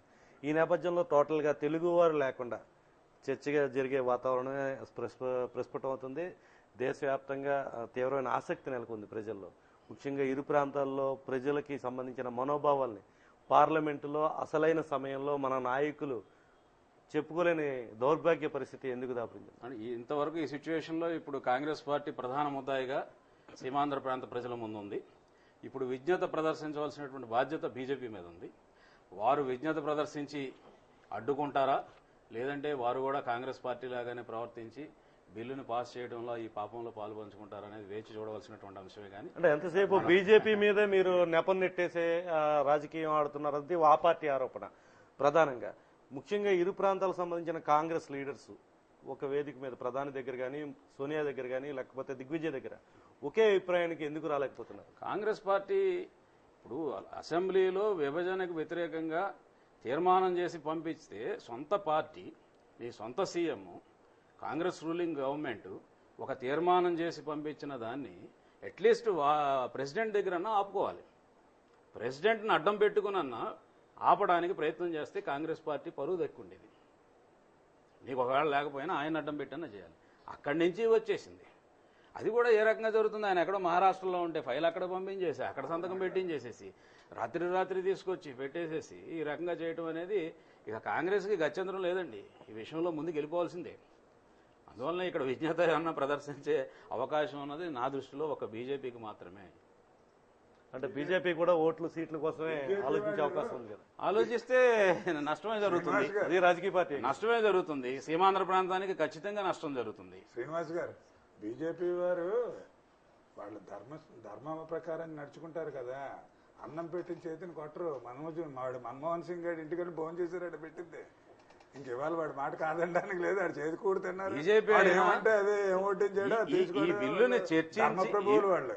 రామనారాయణ గారు, ఈ బిల్లుని చర్చించి ఖచ్చితంగా ఇది ఇప్పుడు నిన్న మీరు పరిణామాలు తీసుకోండి. 7 మండలాలని కలిపారు. ముందు అసలు ఏది కలపనన్న వాళ్ళు మళ్ళా రాత్రికి రాత్రి కేబినెట్లో 7 మండలాలను తీసుకొచ్చి ముంపు ప్రాంతాలను కలిపానన్నారు. మళ్ళా కొంతమంది వెళ్లి తెలంగాణ ప్రాంత ఎమ్మెల్యేలు, ప్రజాప్రతినిధులు, అలాగే బీజేపీ వారు వ్యతిరేకిస్తున్నారని చెప్పేసి 7 మండలాలని మినహాయించి 165 గ్రామాలు అన్నారు. మళ్ళా నిన్న కేసీఆర్ దగ్గరికి వెళ్ళి మళ్ళా రాత్రి జయరాం రమేష్ గారు ఆయనతో మంతనాలు, రహస్య మంతనాలు సాగిస్తున్నారు. 134 గ్రామాలు. ఈ రకంగా ఇంత ఏ రకమైనటువంటి క్లారిటీ లేకుండా ఒక 3 రోజుల్లో ప్రెస్టేజ్కి వెళ్ళి తమ ఇగోని సేఫ్ గార్డ్ చేసుకోవాలన్న ఆలోచనతో ఇలాంటి ఒక రాష్ట్ర ఇంత పెద్ద ఇష్యూని సెటిల్ చేయాలనుకోవడం చాలా పొరపాటు. దీన్ని అటు ఇటు ఎవరు కూడా, ఆ పార్టీ కానీ, బీజేపీ కానీ, కాంగ్రెస్ కానీ, దీనివల్లనే మనకు ఓట్లు పడతాయి లేకపోతే పడవు అన్న అంశాన్ని పక్కన పెట్టి ఇష్యూని పెండింగ్ పెట్టి 16వ లోక్సభకి వచ్చేటప్పటికి చర్చ చేసుకుని ఇప్పుడు ఏవైతే సీమాంధ్ర ప్రాంతం నుంచి విభజన అనేది అనివార్యం. ఈ రోజు కాకపోతే ఇంకో రోజన్నా విభజన జరగాల్సింది. మానసికంగా విభజించబడి ఉన్నాం ఇవాళ ఖచ్చితంగా. చాలామంది సామాన్య ప్రజానికం కూడా ఈ రకంగా జరగకూడదు, మన ప్రాంతానికి ఏం జరగాలనే దాన్ని. ఇప్పుడు ఇందులో బాధాకరమైన అంశం ఏంటంటే ఇంత జరుగుతున్న కాంగ్రెస్ పార్టీ కనీసం పోలవరం బ్యారేజీ మొత్తం ఖర్చు మేము భరిస్తామని, లేకపోతే క్యాపిటల్ సీమాంధ్ర క్యాపిటల్కి మేము ఇన్ని వేల కోట్లు కేంద్ర ప్రభుత్వం ఏదో సోనియా గాంధీ గారి జేబులోదో మన్మోహన్ సింగ్ గారి జేబులోదో ఇస్తున్నట్టుగా బాధపడిపోతున్నారు. ఇప్పుడు బీజేపీ మేము మద్దతు ఇస్తామని చెప్తున్నప్పుడు ఒక 20,000 కోట్లు, 25,000 కోట్లు, లేకపోతే 50,000 కోట్లు ఒక బడ్జెట్ ఎలకేషన్ చేయొచ్చు కదా. లోక్సభలోనే పెట్టారు కదా. కాంగ్రెస్ పార్టీ అది చేయట్లేదు. కాంగ్రెస్ పార్టీకి గత్యంతరం ఏంటి? అక్కడ ఉన్న నాయకులు కానీ, సీమాంధ్ర ప్రాంతంలో ఉన్న నాయకులకి, కార్యకర్తలకి ఏంటి ఆల్టర్నేటివ్ ఏంటి? ఆల్టర్నేటివ్ అనేది మళ్ళీ కలిసిపోవడం, అంతకన్నా ఏముంది? ప్రతి రాజకీయ పార్టీ, ప్రతి మనిషి ఎలాగ తప్పు చేస్తాడో అలాగే ప్రతి రాజకీయ పార్టీ కూడా అనేక సందర్భాల్లో తప్పు చేసి చేతులు కాల్చుకుని అధికారానికి దూరంగా ఉన్నటువంటి పరిస్థితులు ఉన్నాయి. కానీ ఒకటి, రాజకీయ పార్టీలు కానీ రాజకీయ నాయకులు కానీ అధికారమే పరమావధిగా రాజకీయాల్లో ఉండడం మాత్రం కరెక్ట్ కాదు. ప్రజాసేవ చేయడానికి రాజకీయంలో అధికార పార్టీలో ఉంటేనే చేయగలుగుతాం, సేవ చేయగలుగుతాం అన్న ఆలోచన ఎక్కువగా ప్రబలుతున్నటువంటి నేపథ్యంలో విలువలు తగ్గిపోయి, సిద్ధాంతపరమైనటువంటి రాజకీయ పార్టీలు తగ్గిపోయి, విలువలు లేనటువంటి రాజకీయ నాయకులు పార్టీల్లో పెరిగిపోయి ఈ రకమైనటువంటి వాతావరణం వస్తుంది. ఏమవుతుంది, రాజకీయ పార్టీ, ఒక రాజకీయ పార్టీలో ఉన్నటువంటి వ్యక్తి తప్పు చేశాము అని చెప్పి మళ్ళా కనుక ప్రజల దగ్గరకు వచ్చి నేను తప్పు చేశాను, ఆ రోజున మేము అలా చేసి ఉండాల్సింది, ఈ రోజున మేము మళ్ళా మీకోసం ఆలోచిస్తున్నాం అని చెప్పి ఖచ్చితంగా మళ్ళా వచ్చి ప్రజల్ని కన్విన్స్ చేసుకునే అవకాశం 125 సంవత్సరాల చరిత్ర కలిగిన కాంగ్రెస్ పార్టీకి ఎప్పుడు ఉంటుందని నేను అనుకుంటున్నాను. అందువల్ల ప్రతిపక్షంలో కూర్చోమంటే ప్రజలు ప్రతిపక్ష పాత్ర పోషించాలి. అంటే అంత వెయిట్ చేసే అవకాశం ఇప్పుడున్న రాజకీయ నాయకులు లేనట్టు ఉన్న వాళ్ళు ఆ సహనం, ఓపిక ఉండి ఆ విలువలకు, ఆ సిద్ధాంతపరమైనటువంటి ఇది ఉన్నటువంటి వాళ్ళు మాత్రమే రాజకీయాల్లో అల్టిమేట్ గా స్టేట్స్మెన్స్ గా మిగులుతారు. ఓకే, శ్రీనివాస్ గారు మీరేమంటారు? ఇప్పుడు కొత్త తరహా రాజకీయాలన్నీ కూడా మనం చూస్తున్నాం. ఇటీవల కాలం గత 6 నెలల నుంచి అయితే పరిణామాలు వేగంగా మారిపోతున్నాయి. ఇప్పుడు భవిష్యత్తులో ఓటర్లు ఎట్లాంటి చైతన్యం పొంది ఉండాలి, ఏ పార్టీని నమ్ముకోవాల్సిన పరిస్థితి కనిపించడం లేదు, వాళ్ళకి దిశానిర్దేశం కోసం అంటే మీలాంటి వాళ్ళు చెప్పేది ఏంటి? ఫస్ట్ ఓటర్స్ మైండ్ సెట్ మారాలండి. ఓటర్స్ చేసేవాళ్ళు ఇప్పుడు ఓటర్స్ ముందు ఆప్షన్స్ చాలా తక్కువగా ఉన్నాయి. ఇప్పుడు కాంగ్రెస్ పార్టీ కానీ, లేదా భారతీయ జనతా పార్టీ కానీ, వైఎస్ఆర్సీపీ తీసుకున్నా, లేకపోతే టీడీపీ తీసుకున్నా, అన్నీ కూడా ఒక ఆంధ్ర ప్రజలకు, సీమాంధ్ర ప్రజలకు న్యాయం చేసేట్లుగా ఏమీ లేవు. ఇప్పుడు వైఎస్ఆర్సీపీ సమైక్యాంధ్ర అంటున్నారు కానీ తెలంగాణలో వాళ్ళ ఉనికి లేదు. ఒకసారి స్టేట్ సపరేట్ అయిపోయిన తర్వాత వాళ్ళు ఏం చేయలేరు. జై సమైక్యాంధ్ర అని ఒక పార్టీ ఏదో వస్తున్నట్టున్నారు. ఒకవేళ ఆ పార్టీ వచ్చి మన ముఖ్యమంత్రి గారు దాంట్లోకి వచ్చినా కూడా వాళ్ళు సీమాంధ్రంలో చేస్తారు. తెలంగాణలోకి వెళ్ళి వాళ్ళ మేనిఫెస్టో మేము తెలంగాణలో కూడా కంటెస్ట్ చేస్తాం, 2 స్టేట్స్ని మేము పవర్లోకి వస్తే రెండింటినీ కలిపి చేస్తాం అనేటువంటి మేనిఫెస్టో తోటి ఏ ఒక్క పార్టీ ముందుకు రాదు. సో ఇప్పుడు ఏంటి, ఆంధ్రప్రదేశ్కి, సీమాంధ్ర ప్రజలకి ఏంటంటే మనకి మిగిలినట్లుగానే ఉంటుంది, మిగిలిన మొక్కలాగానే ఉంటుంది. కానీ మిగిలిన మొక్క ఉంటే వీళ్ళకి కసి తీర్చుకోవాలి. ఇప్పుడు ఏంటంటే దీనికి వీటన్నిటికీ ముఖ్యమైన 2 పార్టీలు, ఒకటి చిదంబరం తమిళనాడు నుంచి, 2 షిండే మహారాష్ట్ర నుంచి. వీళ్ళ మేనిఫెస్టోలో తమిళనాడుని 3 మొక్కలు చేస్తాం, మహారాష్ట్రని 4 మొక్కలు చేస్తాం, ముంబై సపరేట్గా చేస్తాం, విదర్భను సపరేట్ చేస్తాం, మరాఠవాడని సపరేట్గా చేస్తాం అనేటువంటి మేనిఫెస్టో తోటి మన పార్టీ రావాలి. వచ్చినప్పుడు మన సీమాంధ్ర ప్రజల్లో కసి పెరుగుతుంది, డెఫినెట్గా ఆ పార్టీకి ఓట్లు వేస్తారు. అది అంతేగాని ఇప్పుడు రీకౌంటింగ్లో గెలిచిన మినిస్టర్ కూర్చొని ఆంధ్రప్రదేశ్ని డివైడ్ చేయండి అని చెప్పేసి ఒకటి చెప్పడం. అది ఇంకా షిండే గారి గురించి ఇంటర్నెట్లో చాలా ఉన్నాయి వాటి గురించి చెప్పడానికి. వాళ్ళు కూర్చొని వాళ్ళు డివైడ్ చేస్తారు. జయరాం రమేష్ అంటే ఎక్కడ తాడు బొంగరం లేనివాడు, ఆంధ్రప్రదేశ్ నుంచి వచ్చి ఎక్కడ ఉన్నాడు, ఆంధ్రప్రదేశ్ నుంచి ఎన్నికైన వాడు ఏమీ లేదు. సో ముఖ్యంగా చేస్తుంది ఈ 2 పార్టీలు. ఇది చిదంబరంకి తమిళనాడుకి మహారాష్ట్ర, ఈ 2 పార్టీలు వచ్చి ఏ పార్టీ వచ్చిన ఎజెండాలో ఈ రాష్ట్రాలని మేము మొక్కలు చేస్తామని మన ఆంధ్రప్రదేశ్లో పెట్టుకొని ఎజెండా పెట్టుకొని మనకి అన్యాయం చేశారు. సో మనం ఆ రాష్ట్ర ప్రజలకి మనం చేయాలి, tit for tat, we will teach a lesson to them అని ఆ మేనిఫెస్టో వేసుకుని ఏ పార్టీ ముందుకు వచ్చినా కూడా డెఫినెట్లీ మన ప్రజలందరికీ కసిగా ఉన్నారు. ఎందుకంటే మనం ఏం చేయలేము, ఇప్పుడు మళ్ళీ మన స్టేట్ని మనం తెచ్చుకోలేము, కంబైన్డ్ స్టేట్ని తెచ్చుకోలేము. అది ఒకసారి జరిగిన తర్వాత ఇంపాసిబుల్ అయిపోతుంది. సో మన ఎంపీలందరూ కూడా మిగతా ఎప్పుడు జరిగినా కూడా మా ఎజెండా ఇది అని చెప్పేసి మన వచ్చేట్లుగా దిగితే డెఫినెట్గా ఆ పార్టీకి మన ప్రజలందరూ కూడా కసిగా ఉన్నారు. ఆ కసి తీర్చుకునే మార్గం ఇది ఒకటే ఉంటుంది. కాంగ్రెస్ పార్టీ ముందు వేరే ఆప్షన్ లేదన్నది ఎక్కువ మంది అభిప్రాయపడుతున్న పరిస్థితి. బిల్లు ఆమోదించుకుని ముందుకు వెళ్ళకపోతే వాళ్ళు తెలంగాణలో కూడా మునిగిపోయే పరిస్థితే కనిపిస్తుంది. ఈ నేపథ్యంలో ఖచ్చితంగా విభజన ఖాయం అన్న వాతావరణం కాంగ్రెస్ పార్టీకి ఆగే అవకాశాలు కనిపిస్తుంది. కాంగ్రెస్ పార్టీకి ఉన్న చరిత్ర ఏంటంటే వాళ్ళే చెప్తున్నారు మోర్ దాన్ 100 years అని చెప్పేసి. ఈ ఓట్ల గురించి అంత కక్కుర్తి పడాల్సిన అవసరం ఏమీ లేదు. They can wait. ఎలక్షన్స్ జరిగిన తర్వాత మేము నిర్ణయం తీసుకుంటాం, ఇంత అపోజిషన్ ఉందని చెప్పి మళ్ళీ వెళ్ళిన తర్వాత మా మేనిఫెస్టోలో ఇది ఉంది, ఇలా చేస్తాం, ముందుగా మేనిఫెస్టోలో ఇప్పుడు అనౌన్స్ చేసుకుని ఎలక్షన్స్కి రావచ్చు. అది అప్పుడు వచ్చిన తర్వాత ఇప్పుడు బీజేపీ కూడా ఇప్పుడు మీరు అన్నట్లు తెలుగు ప్రజలకి ఆప్షన్స్ వేరే ఏమీ లేవు. ఇప్పుడు సీమాంధ్ర ప్రజలకి బీజేపీ కూడా విడదీస్తూ ఉంటుంది, కాంగ్రెస్ విడదీస్తూ ఉంటుంది, తెలుగుదేశం 2 పార్టీలు 2 కళ్ళ సిద్ధాంతం ఉంటుంది. ఇక్కడ కూడా ఒక విచిత్రమైన పరిస్థితి కనిపిస్తుంది. సోనియాని చంద్రబాబు తిడతారు, ఇటాలియన్ విభజించి పాలిస్తుందని. అదేవిధంగా భారతీయ జనతా పార్టీ మోడీ అంటారు దేశాన్ని విభజించి పాలిస్తుంది కాంగ్రెస్ పార్టీ అని. అదేవిధంగా జగన్ కూడా అదే మాట అంటారు, చంద్రబాబు 2 కళ్ళ సిద్ధాంతాలు, లేదా సోనియా గాంధీ అందరినీ విమర్శిస్తారు. విభజించి పాలిస్తున్నారంటూ ఎవరు లబ్ధి పొందడానికి, ఎవరిని ప్రసన్నం చేసుకోవడానికి ఈ మాటలంటూ విభజనకు పాల్పడుతున్నారంట. అందరూ అండి ఇప్పుడు మోదీ గారు ఇప్పుడు ఈ కమ్యూనల్ బిల్ వచ్చినప్పుడు స్టేట్స్ పవర్స్లో మీరు ఇంటర్ఫియర్ అవ్వకూడదు అని చెప్పేసి సెంట్రల్ గవర్నమెంట్కి రాశారు. ఈ లా అండ్ ఆర్డర్ స్టేట్ పవర్స్లో ఉంటుంది, మీరు ఎలా ఇంటర్ఫియర్ అవుతారని చెప్పేసి మోడీ గారు బీజేపీ నుంచి రిప్రజెంటేషన్ వెళ్ళింది. అలాంటిది ఒక స్టేట్ అసెంబ్లీ ఇలా చేసినప్పుడు అదే పాయింట్ మీద స్టేట్ పవర్స్ మీద కేంద్రం ఎలా డిబేట్ చేసేస్తుంది పూర్తిగా అది. సో అక్కడ బీజేపీ కూడా ఆ విషయంలో డబుల్ స్టాండర్డ్స్గానే ఉంది. ఈ ఫెడరల్ స్ట్రక్చర్లో స్టేట్కి ఎంత మటుకు ఉంది, సెంట్రల్ పవర్కి ఎంత మటుకు పవర్స్ ఉన్నాయి అనేది ఎవరికి వాళ్ళ అవసరం వచ్చినప్పుడు మాట్లాడుతున్నారు. కానీ ఒక ఫిక్స్డ్ లైన్ ప్రకారం ఒక నీతి నిజాయితీగా అలా మాట్లాడుతున్న పార్టీ ఏమీ లేదు. కాంగ్రెస్ నాయకులు జయరాం రమేష్ లేకపోతే ఇతర జీఓఎం సభ్యులు కాళ్లు పట్టుకునే బదులు భారతీయ జనతా పార్టీని ఒప్పించే ప్రయత్నాలు ఎక్కడా కనబడడం లేదు. పెద్దగా కలుస్తున్నారు కొంతమంది, వెళ్ళి ఇతర పార్టీల నాయకులు భాజపాని కలిసి అగ్రనాయకులను కలిసి విభజన జరగకూడదని చెప్పి ఏదో లోపల ఏమంటున్నారో తెలియదు కానీ మొత్తానికి బయటకు వచ్చేదంటున్నారు. మీరేమంటారు? ఇది జాతీయ పార్టీలు వాళ్ళ ప్రకారం వాళ్ళు అన్ని రాష్ట్రాల నిర్ణయం వాళ్ళు తీసుకోవాలి, అంతేగాని ఒకళ్ళని కాళ్ళు పట్టుకోవాల్సినటువంటి అవసరం లేదండి. జాతీయ పార్టీ ఉన్నప్పుడు ఆ సీమాంధ్రకి న్యాయం చేయాలి, వాళ్ళు తెలంగాణకి న్యాయం చేయాలి. అంతేగాని సీమాంధ్ర వాళ్ళు తెలంగాణ వైపు వెళ్ళిపోయి సీమాంధ్ర వాళ్ళ కాళ్ళు పట్టించుకోవాల్సినంత అవసరం లేదు. మనం ఎవరి కాళ్ళు పట్టుకోవాల్సినంత అవసరమేమీ లేదు. వాళ్ళని జాగ్రత్త నిర్ణయం తీసుకోవాలి. చెప్పాను కదా, నిర్ణయం తీసుకున్నప్పుడు మన తెలుగు ప్రజలు, సీమాంధ్ర ప్రజలు వాళ్ళకి బుద్ధి చెప్పే విధంగా నిర్ణయం తీసుకోవాలి, యాక్షన్ చేయగలిగి ఉండాలి. ఇప్పుడు తమిళనాడులో చూశారు, అక్కడ ఫిషర్మెన్ దగ్గర వెళ్ళొద్దు అంటే మన్మోహన్ సింగ్ తమిళనాడు శ్రీలంక వెళ్ళటం ఆగిపోయాడు. చిన్న పాయింట్ మీద, అది పెద్ద ఇష్యూ కాదు. ఇక్కడ మన సీమాంధ్ర ప్రజల గురించి ఇన్ని లక్షల మంది, ఇన్ని కోట్ల మంది చేస్తున్నా కూడా ఏం పట్టించుకోకుండా అర్ధరాత్రి సంతకాలు పెట్టేయడానికి రెడీ అయిపోయారు. కనీసం 10 ఎంపీ స్థానాలు కూడా లేవు కాంగ్రెస్ అక్కడ. అదే చెప్తాను, డిపెండ్స్ అప్ మనకి మన లోకల్ నాయకత్వం చాలా లేదు, సీమాంధ్ర నాయకత్వం లేదు. ఇప్పటికైనా మన ఆప్షన్స్ అని అడిగారు కాబట్టి మన ప్రజలు ఇప్పటికైనా అగ్రెసివ్గా రావాలి. మన నాయకత్వం చూసి మనకి టిట్ ఫర్ టాట్, మాకు ఈ దెబ్బతీశారు మీరు, కాంగ్రెస్ ఈ దెబ్బతీసింది కాబట్టి మీ కాంగ్రెస్కి మేము మళ్ళీ నెక్స్ట్ 20 years దాకా 20-30 years దాకా మీరు మా దేశంలో అడుగు పెట్టకుండా ఉండేట్లు మేము బుద్ధి చెప్తాము, మాకు అన్యాయం చేసినటువంటి రాష్ట్రాలకి ఈ బుద్ధి చెప్తాము మా పార్టీలు కానీ మేము వస్తే అని చెప్పేసి ఒక పార్టీ ఒకటి తయారయ్యి ఆమె జయ సమైక్యాంధ్ర పార్టీ వచ్చినా కూడా వాళ్ళు ఏం చేయగలరండి, వదిలేదు లేరు. మళ్ళీ కాంగ్రెస్ లో కలిసి అనుమానాలు ఉన్నాయి. 100% అండి, 100% వాళ్ళు ఏమైనా మేనిఫెస్టో వచ్చే ముందు మేము కాంగ్రెస్ కి ఎట్టి పరిస్థితుల్లో సపోర్ట్ ఇవ్వము అని ప్రమాణ పత్రం చేసి ఎలక్షన్ మేనిఫెస్టోలో రాసిస్తారు. వస్తారు వాళ్ళు?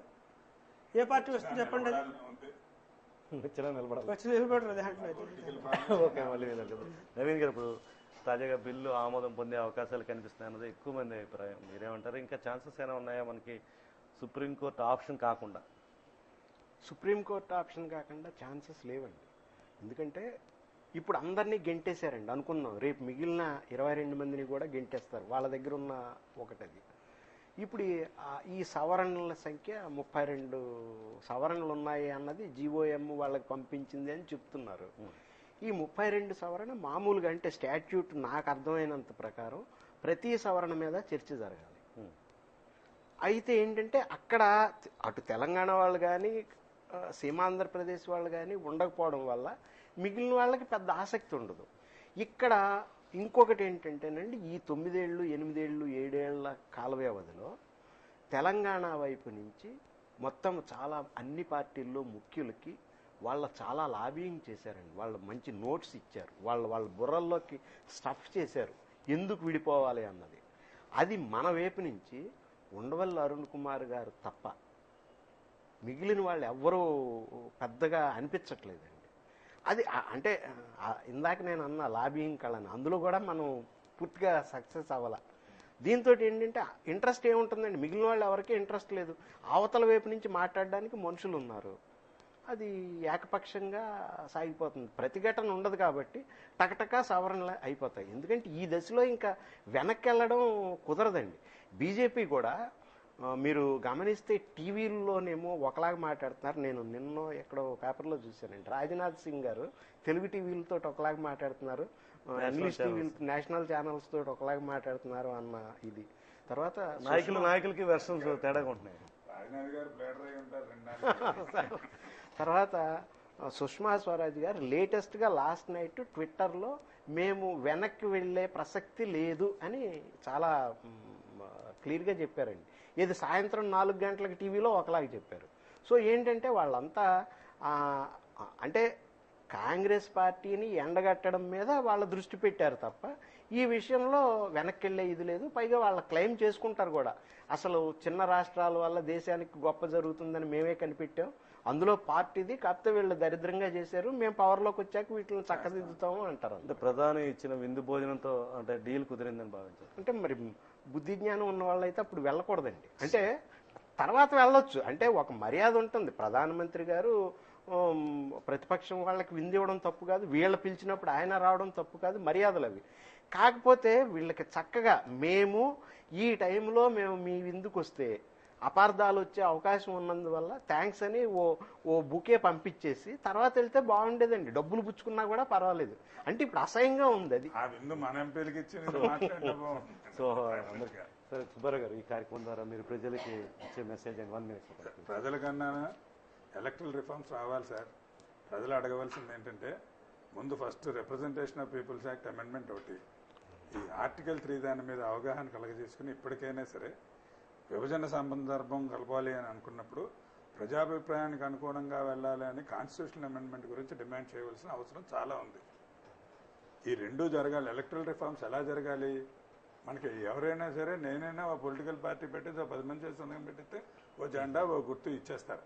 కానీ ప్రజల్లోకి మెసేజ్ వెళ్ళి విజ్ఞులైన వాళ్ళని అదే ఏదో ఒక పార్టీ ఒకటి మేనిఫెస్టో పబ్లిష్ చేయాలి ఎలక్షన్లకు చాలా ముందుగాను. 2 ఎలక్టెడ్ రిప్రజెంటేటివ్గా పార్టీ రిప్రజెంటేటివ్గా వచ్చేవాడిని పార్టీ సభ్యులు అనుకోవాలి, అధిష్టాన వర్గం కాదు. అధిష్టాన వర్గం డబ్బులో ఇంకోటో క్యాలిక్యులేట్ చేసి ఆఖరి నిమిషంలో పైనుంచి ఇంపోజ్ చేయడం కాదు. పార్టీ కార్యకర్తల్లోంచి వాడు మంచివాడు, వర్కరు, నిజాయితీ పరుడు అని నమ్ముకుని పార్టీ వర్కర్ల చేత ఎలక్టబడిన వాడు రిప్రజెంటేటివ్గా వస్తే ప్రజల యొక్క మనోభిప్రాయం, ప్రజలు ఒకవేళ అదే పార్టీ మేనిఫెస్టో బాగుందని అంటే సరైన రిప్రజెంటేటివ్స్ వస్తారు. ఇలాగ అధిష్టానం వారు చెప్తే మేము బొర్రొప్పేసుకుంటామని దౌర్భాగ్యంగా అలాంటి వాళ్ళు రారు. అధిష్టానం అసలు పార్టీల్లో డెమోక్రసీ ఎక్కడ ఏడిసింది? This is monarchy in party, ఎవరి పార్టీ అంతే, ఈ పార్టీ ఆ పార్టీ అని అక్కలే. ఈ రెండింటి గురించి ప్రజలు చాలా కష్టపడాలి. 3 ఇంతకుముందు చెప్తున్నా, ఇప్పటికీ కూడా నాకు చాలా నమ్మకం కోర్టులో ఆర్టికల్ 3 అని చాలా మంది చెప్తున్నారు. ఆర్టికల్ 3 చాలా వేగ్గా ఉంది. ఆర్టికల్ 3 ఓన్లీ అధికారం గురించి చెప్పింది. కానీ ఆ అధికారాన్ని ఎలాంటి పరిస్థితుల్లో ఉపయోగించవచ్చు, ఆ అధికారాన్ని ఉపయోగించే జరిగే కాన్సిక్వెన్సెస్ వలన అది అధికార దుర్వినియోగం అయితే కోర్టు ఏం చేయొచ్చు అన్న మాట ఇంతవరకు సుప్రీంకోర్టులో చర్చ జరగలేదు. ఈ రోజున జరగాలి. ఇప్పుడు అన్యాయం జరుగుతోంది ఆ ప్రాంతానికి ఈ ప్రాంతానికి, పొలిటికల్ డెసిషన్ వదిలేసేయండి, అదర్ ప్రొసీజరల్ ఇర్రెగ్యులారిటీస్ వదిలేసేయండి. సుప్రీంకోర్టు నువ్వు విభజన చేస్తే నీకు హక్కుందనే కాదని అన్నాం. కానీ ఈ పేరు చెప్పి ఒక ప్రాంతానికి చాలా అన్యాయం జరుగుతూ ఉంటే సమన్యాయం అని అన్న పొలిటికల్ పార్టీలు కాదు, అదర్వైజ్ కూడా కానీ జరగకపోతే ఆ చట్టం చెల్లదు, అది ఆర్బిట్రరీ అంటాను అని అనడానికి అవకాశం ఉంది. 2 సహేతుమైన కారణం కాదు, ప్రజలకు మంచి గురించి కాకుండా నువ్వు రాజకీయ లబ్ధి పొందడానికి చేశావు కాబట్టి ఇది కూడా చెల్లదు. నీకు అధికారం ఉండొచ్చు కానీ అధికార దుర్వినియోగం జరిగింది. దీని మీద సుప్రీంకోర్టులో చాలా థరో డిబేట్ జరిగి దాని మీద సుప్రీంకోర్టు చాలా కేసుల్లో ఏం చెప్పిందండి, చట్టంలో కాన్స్టిట్యూషన్లో ఎక్కడైనా వ్యాక్యూమ్ గ్యాప్స్ ఉన్నట్టయితే, సరి అయిన నిర్దిష్టమైన ఇది లేకపోయినట్టయితే నేను ముందుకు వస్తాను ప్రోయాక్టివ్గా, నేను వాటిని ఇచ్చేస్తానని. ఇది సుప్రీంకోర్టు వారు అంటారని నాకు చాలా నమ్మకం ఉంది. దాన్ని చాలా అప్పుడే ప్రక్రియలు చాలా మంది సీనియర్ అడ్వకేట్స్తో మాట్లాడడాలు జరిగాయి. అందరూ ముందుగొల్ల కుమార్ అవనండి, ఇంకోళ్ళు అవనండి, ప్రజలందరూ కూడా దాని గురించి వెయిట్ చేయడమే. రేపు ఎలక్షన్ల మట్టుకు ఇది ఇప్పుడు ఎమోషనల్గా డిస్టర్బ్ అయి ఉన్నాం మనం. రేపు ఒక్క సమైక్యాంధ్రవా విడిపోవడమా అన్నది ఒక్క ఇష్యూ కాదు ప్రజల ముందు ఉన్నది, దేశం మీద ఉండేది అది ఒక్కటే కాదు, చాలా రకాల ఇష్యూస్ ఉన్నాయి. వాటన్నిటితో పాటు ఎమోషనల్గా డిస్టర్బ్ అయ్యాం. కాబట్టి ఇప్పటికైనా రాజకీయ నాయకుల యొక్క నిజాలు వాళ్ళ రంగుల గురించి పూర్తిగా ఎండగట్టి పేపర్లలో వచ్చాయి. కాబట్టి కొంచెం జాగ్రత్త వహించి ఓటు వేసేటప్పుడు ఆలోచించి క్యాస్టు రీజియను ఇంకోటి ఇలాంటి ప్రలోభాలకు లోపడకుండా వ్యక్తిగతంగా అతను నిజాయితీపరుడా కాదా, ఆ పార్టీ నిజంగా మంచి చేస్తుందా లేకపోతే వాళ్ళ స్వార్థానికి పనిచేస్తున్నదని ఆలోచించుకుని ఓటు వేయమని కోరాలి. శ్రీనివాస్ గారు ఫైనల్గా ఇచ్చే మెసేజ్.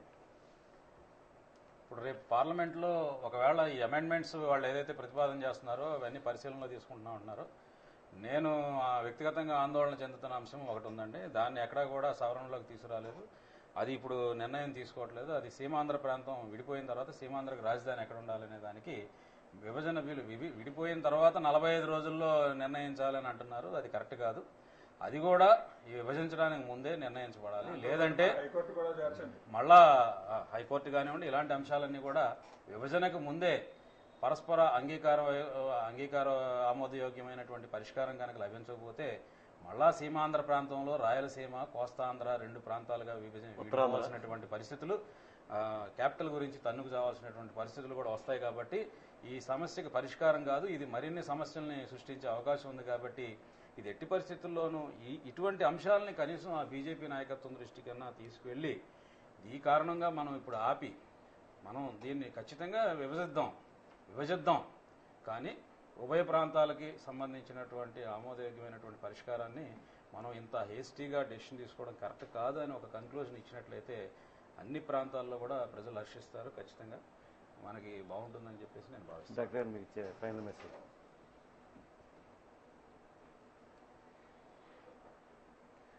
ప్రజలు నెక్స్ట్ నుంచి అయినా ఓటు వేసేటప్పుడు సుబ్బారావు గారు చెప్పినట్లు వాళ్ళ విజ్ఞత ప్రదర్శించి ఏ నాయకుడు అయితే మనకి సిన్సియర్గా పని చేయగలడో అటువంటి వాళ్ళు ఎన్నుకుంటే ఎటువంటి ప్రాబ్లమ్స్ రావండి.